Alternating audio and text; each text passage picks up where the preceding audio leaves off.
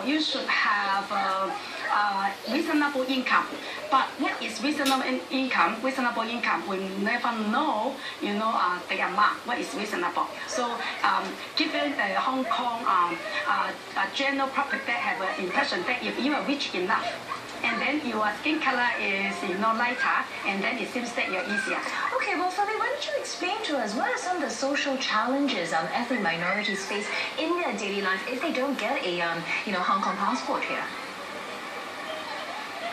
Apart from getting Hong Kong passport, I think the most important difficulties here is the education and employment issues. That because, you know, for the South Asian have been in Hong Kong for more than 100 years. But they never receive effective Chinese education, and that, of course, you know, we create considerable, you know, difficulties in the employment, because, you know, in Hong Kong we do not have a Chinese as a second language curriculum which can cater this group of people whose mother tongue is not Chinese.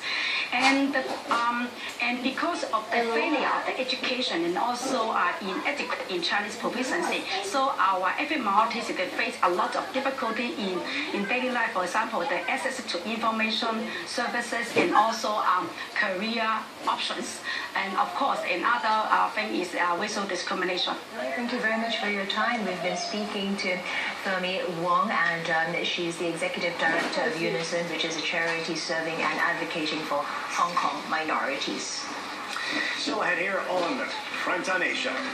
Did Kim Jong-un have plastic surgery to look like his grandfather? Pyongyang is trying to set the record straight. We'll have a closer look later.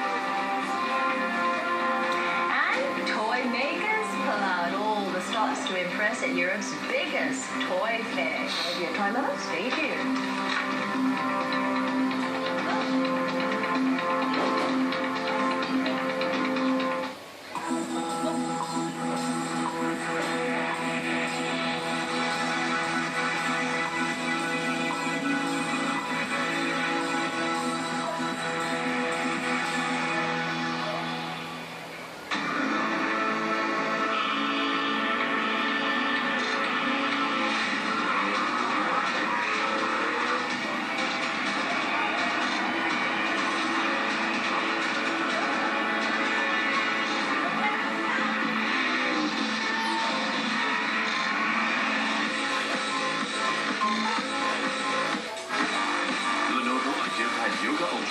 Inspired by Intel, powered by Intel Core i5 processor.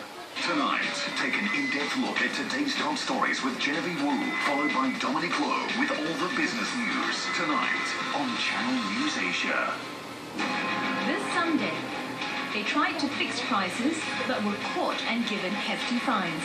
Price fixing is considered one of the most serious forms of anti-competitive conduct. So how much do you really know about Singapore's competition law? And when we first started, our complaints were more than our compliments. Anti-UC Income embarks on a major move to reinvent itself. Money Mind, Sunday, 9:30 p.m.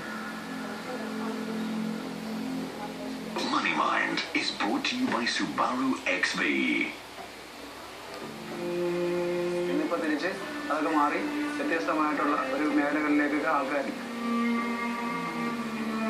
Vì cái sự phát triển của Việt Nam ta, cho nên cái tầm nhìn của tôi thấy là cái nó hạn chế bớt. Tatlo sa likod, isa dito, isa yung driver. So 5 lahat. Pero pag mayroong wing, baka 11.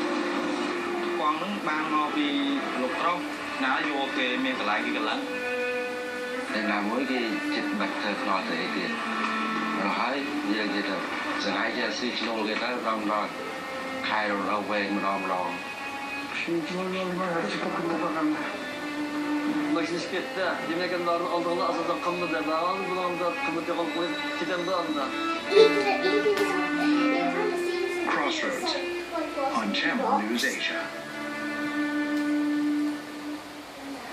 Time for sports here on Primetime Asia. World #1 Novak Djokovic will defend his Australian Open title after easing his way into Sunday's finals. The defending champion crushed David Ferrer in straight sets 6-2, 6-2, 6-2 in just 1 hour and 20 29 minutes. He awaits the winner of the other semifinal between Roger Federer and Andy Murray. In the women's world, Li Nashi is just one match away from winning her second Grand Slam title when she booked her ticket to the final of the Australian Open. The Chinese, who is now coached by former coach of Justinina, upset second-seeded Russian Maria Sharapova in straight sets. This is their 13th meeting, with Li trailing 4-8 in their head-to-head encounters. Last season, Li lost all her 3 matches against the Russian. But this semi-final, Sharapova seemed out of sorts. The Russian's game was littered with many unforced errors, 17 in the first set to just 9 from the Chinese. So Li, in contrast, benefited from the intense off-season fitness training under her new coach. She seized a 4-1 lead before closing out the first set 6-2 in 48 minutes. Sharapova came back a little stronger at the start of the second set, but the 30-year-old Chinese kept her cool to close out the second, also 6-2 in 1 hour and 33 minutes. Li, a 2011 finalist, will face defending champion Victoria Azarenka in Saturday's final. Victoria Azarenka got a taste of what rising star Sloane Stephens is capable of in their first meeting at the Australian Open semi-final. After taking the first set 6-1 in 28 minutes, the world number 1 thought she could head for an early shower, but Stephens showed signs of the form that caused the biggest upset of the tournament, if you remember when she beat Serena Williams in the quarterfinal. So down at 5-3, the teenagers staved off 5 match points, breaking Azarenka's serve to remain in contention. The top seed then called for a controversial medical timeout to treat what appeared to be stress. Well, that did break Stephens' momentum as the Belarusian came back on and broke the 19-year-old serve to close out the set that lasted 68 minutes. The final score, 6-1, 6-4. That was a long read. All right, let's have a look at other stories making news this Thursday night. Take a look at this dramatic footage of a car crash in Russia. This car careens across an icy road, slams into an oncoming truck, and a baby girl, take a look at there again, gets flung out of the car into the path of the truck. There, that's the baby. Well, the baby circled there in red, misses the truck by mere centimeters. She tries to get on all fours before her father rushes out of the car and snatches her to safety. Police said the 1-year-old girl was not in a child seat, but lying across the car's back seat when it happened. That's what I suspected when I said that. Lie upon lie. Now that's how WikiLeaks founder Julian Assange has described a new film about his whistleblowing website. It's called The Fifth Estate, and it's due to be released in November. Mr. Assange, who says he's who's seen the script, called it a propaganda attack on WikiLeaks and the character of his staff. He's been taking refuge in the Ecuadorian embassy in London since June, and he's wanted in Sweden, where he faces allegations of sex crimes. This is interesting. North Korea has finally denied persistent rumors that leader Kim Jong-un had plastic surgery to look like his grandfather. Its state media insisted that the very idea of Kim undergoing plastic surgery was unimaginable and slammed the South Korean report as sordid hackwork by rubbish media. Well, those newspapers had in fact picked up a report by China's Shenzhen TV citing a North Korean official who confirmed the rumors of plastic surgery. But China's official Xinhua news agency has since released a report to deny those rumors.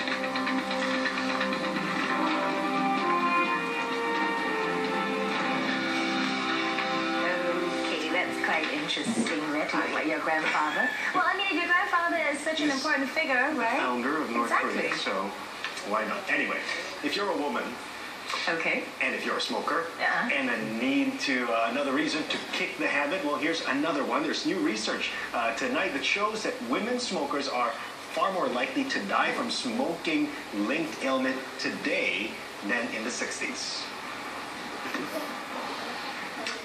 Okay, so now this research published in the New England Journal of Medicine involved over 2 million adults aged 55 years and older, and it found that women who smoked in the 1960s had a 2.7 times higher risk of lung cancer than those who never smoked. But for present-day female smokers, that risk is a whopping 25.7 times higher when compared to non-smokers. Well, here's why. One of the factors for the increase in adverse health consequences is the surge in smoking light and mild cigarette brands, which are largely marketed towards women. Researchers say smokers inhale the diluted smoke from these cigarettes more deeply into their lungs to maintain the accustomed absorption of nicotine. And that study also found that smokers lose an average of about 10 years over their lifetimes compared to people who have never smoked. But the good news is that those who quit before 40 years old can regain most of the life expectancy than a non-smoker enjoys. So there's still time if you're under 40. Exactly. All right, well, still Christmas. time even if you're over 40. Still time to quit.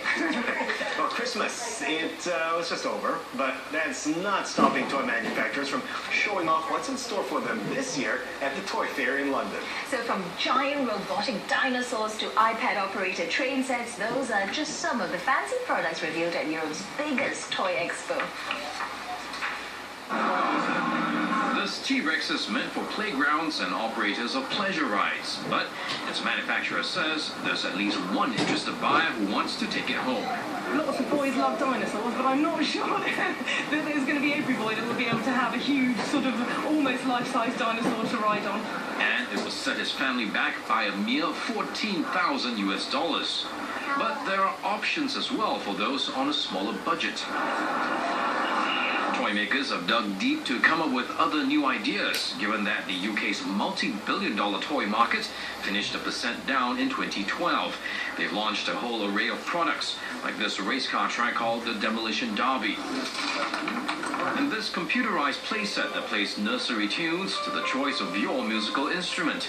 But mobile technology continues to be a focus of manufacturers, even on traditional toys like this old model railway that can be operated using your tablet. And it isn't only children who are sold on the offerings, it seems. I have had to go on the most amazing scooter today, a motorised scooter, and I've got to say, it wasn't 6 o'clock in the morning before there was anybody that I could run over. But it was fantastic in the halls. That was absolutely brilliant. And while building sets and dolls remain a mainstay of sales, there will always be someone to put a new spin on an old favorite. I was 40 and I still enjoy toy shops, don't you? Yeah, me too, I do. All right, well, Nokia, Nokia is the top story of the next show coming up, News Central. That's it here on Primetime Asia. Come look for us on Facebook and Twitter. Have a good night.